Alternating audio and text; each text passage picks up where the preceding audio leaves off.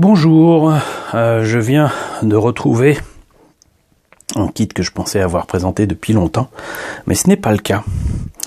Il s'agit d'un vieux kit de 99 d'AMT-ERTL.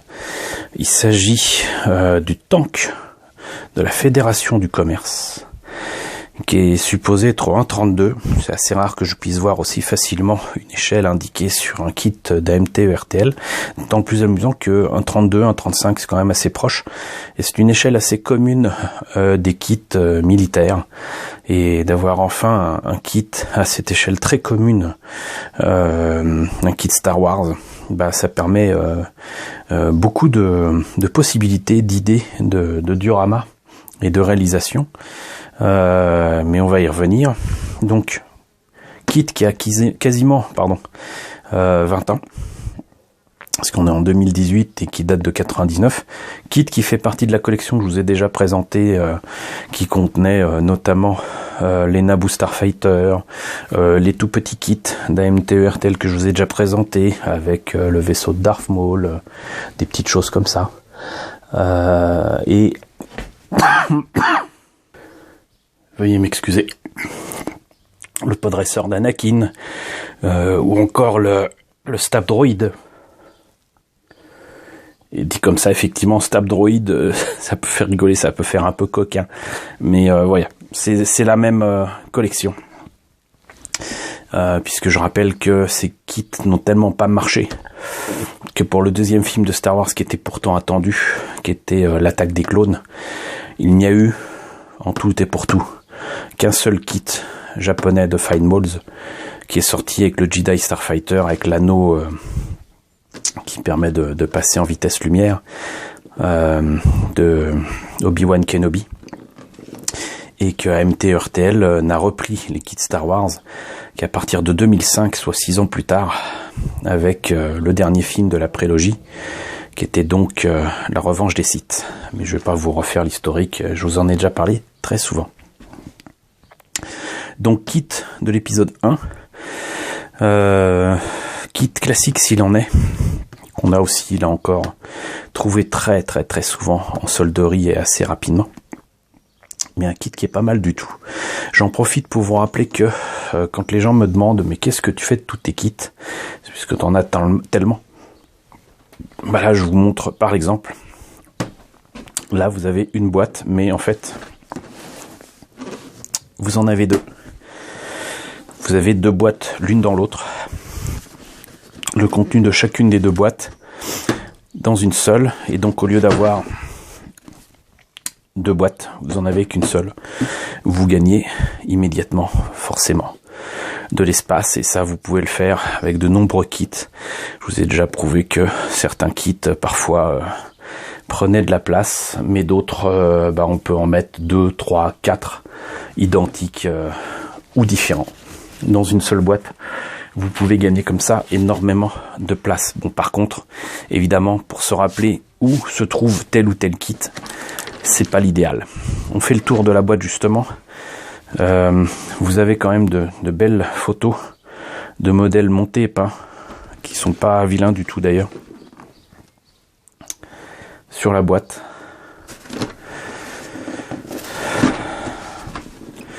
Voilà. Et c'est tout ce que je peux vous dire de plus sur la boîte. Donc on va voir immédiatement ce que ça donne à l'intérieur. Alors, petit défaut de ma méthode d'arrangement évidemment. Tout ne peut pas tenir tel quel. Donc les pièces sont quasiment toutes mélangées. Mais un peu me chaud. D'autant que j'ai plus d'un seul tank de la Fédération du Commerce. Je crois que j'en ai 3 ou 4. Et pourquoi? Tout simplement parce que pour les kits bash, comme je vous l'ai montré avec les podresseurs d'Anakin, il y a moyen de faire des trucs vraiment sympas en vaisseau de tout genre ou même en robot. Là vous avez des pièces absolument géniales pour par exemple faire des vaisseaux de Star Trek, même là, là j'imagine immédiatement un vaisseau de Star Trek avec sa passerelle. des exemples comme ça, je pourrais vous en donner des tonnes. J'ai un pote qui a fait des robots bipèdes façon Robocop et qui lui a mis des canons de ce tank de la Fédération et ça rend vachement bien. Voilà, si on est un peu bricoleur, on peut couper ce qu'il y a là-dedans. D'ailleurs, c'est quand même pas mal foutu pour un truc qui est pas articulé. Et faire en sorte que la trappe s'ouvre et mettre une figurine qui en sort. J'ai quelques figurines qui s'approchent du 1.32. Et je pense que c'était une maquette qui avait déjà été montée. Mais voilà, donc comme vous voyez quand même, quand vous réunissez deux maquettes, effectivement, pour que tout cela tienne, ça prend de la place. Certaines pièces sont encore sous plastique, d'autres ne le sont clairement plus. Mais vous pouvez voir que il y a quand même de beaux détails. Moi j'aime bien.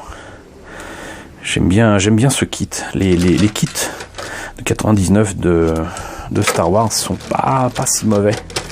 Ils sont pas si mauvais que ça. Et ça serait bien de faire une petite comparaison avec le tank de la Fédération du commerce de Revell qu'ils avaient sorti autour de la série Clone Wars, qui était sortie en 2008 si je me rappelle bien. Pas la maquette, hein, mais la série. Et qui a comment dirais-je, un code couleur qui est différent de celui du film, plutôt gris et bleu par exemple. Là c'est plutôt beige clair, jaune. J'aimerais bien quand même comparer, mais une chose est sûre, c'est que ce kit là est pratiquement 2 fois plus grand que celui de Revell, si je ne me trompe pas, et de mémoire, pour en avoir vu un à monter où j'étais un peu déçu, où j'étais pas prêt à mettre l'argent nécessaire pour en avoir un neuf. On notera que sur certaines plaques de blindage, il y a même donc des petits rivets. Voilà, donc de toute façon, je pense que je vais mettre de côté les pièces qui étaient encore sous plastique. Et comme ça, on aura très certainement que les pièces en double et utilisées. Et on va faire comme on fait d'habitude, hein, savoir notice de montage. On en a deux, profitons-en. Alors, notice de montage. Présentation en plusieurs langues. Première étape, la tourelle principale avec le canon principal. Deuxième étape, le gros du tank avec cette partie arrière que je pensais articulée mais qui visiblement ne l'est pas, mais qui peut être à mon avis bricolée assez facilement et assez simplement, un peu comme ici la trappe ici. Troisième étape, on détaille le corps du tank avec énormément de, comment dirais-je, de petits arceaux et de petits câbles. On ajoute les armes secondaires, les armes laser, je crois qu'il y a sur les côtés. Et la tourelle principale est ajoutée. On a là le corps du tank, mais ensuite il faut quand même la partie over-tank, si j'ose dire. Donc là, nous avons des pièces qui sont peut-être des entrées d'air, je ne sais pas. Ici, un truc qui me fait penser étrangement à un slip, mais bon. Et là, on va dire la partie fer à repasser.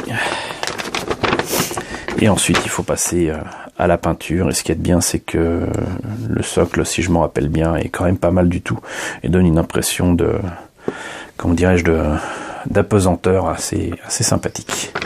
Donc voilà, rien de bien compliqué. Donc pour les plus petites pièces, comme vous voyez, le gros défaut de ces kits de cette époque-là, celui-là avait été clairement commencé, c'est que par exemple le canon principal est quand même en 2 parties. Il faut mettre les 2 pièces ensemble et ensuite poncer et faire en sorte que la jointure ne se voit plus. Remplacer ça, de toute façon qui sera fragile, par des tubes en laiton, en métal, est absolument nécessaire. Idem pour ces pièces-là. Et d'ailleurs, je vous conseille de garder les petits ergots qui sont dessus, même si là ils sont moins intéressants que ceux qu'il y a sur le Podracer d'Anakin. Ça peut avoir son utilité, croyez-moi. Voilà, donc plein de jolies petites pièces. Là, il y a même une partie crantée pour la tourelle principale. On l'a vu tout à l'heure, donc vous avez ici par exemple la tourelle principale avec l'arme principale, on imagine le canon ici, le stand,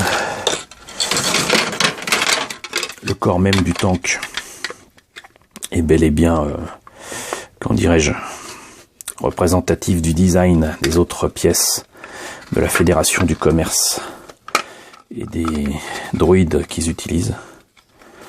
Il y a déjà les petits trous pour mettre les arceaux et tout ça. Et enfin la partie overtank avec cette partie-ci, complétée des plaques de blindage avec les rivets. Et qu'on place donc tout ça comme cela. Et moi je dis que franchement ça le fait. C'est un engin qui est quasiment, une fois terminé, doit être aussi grand que mon avant-bras. Et je sais que au final ça rendra quelque chose de vraiment pas mal. J'en ai un normalement de monté-peint, j'ai tenté de le retrouver, mais la loi de Murphy étant ce qu'elle est, je ne l'ai pas retrouvé. Mais j'aurais promis, dès que je mets la main dessus, je vous le présente monté-peint, même si ce n'est pas moi qui l'ai fait, c'est mon ami Jean-Marc qui me l'a offert et qui avait fait donc ce modèle il y a bien des années pour une revue de maquettistes. Mais il faut que je vous montre ça monté et peint avec talent. Et le moins qu'on puisse dire, c'est que Jean-Marc, que vous connaissez tous sous le nom du professeur Kelp, du talent, il en a. Et vous le voyez, je n'arrive pas à replacer les pièces correctement. Et du coup, je vais pas pouvoir fermer tout ça correctement. J'ai de la chance. Je suis désormais dans une maison quand même assez grande pour me recevoir moi et mes maquettes. Mais c'est quand même, vous voyez, un peu frustrant de voir que tout à l'heure ça tenait parfaitement. Et là, ce n'est plus le cas. Donc quoi qu'il en soit, je ne vais pas vous embêter avec le rangement du contenu de cette boîte.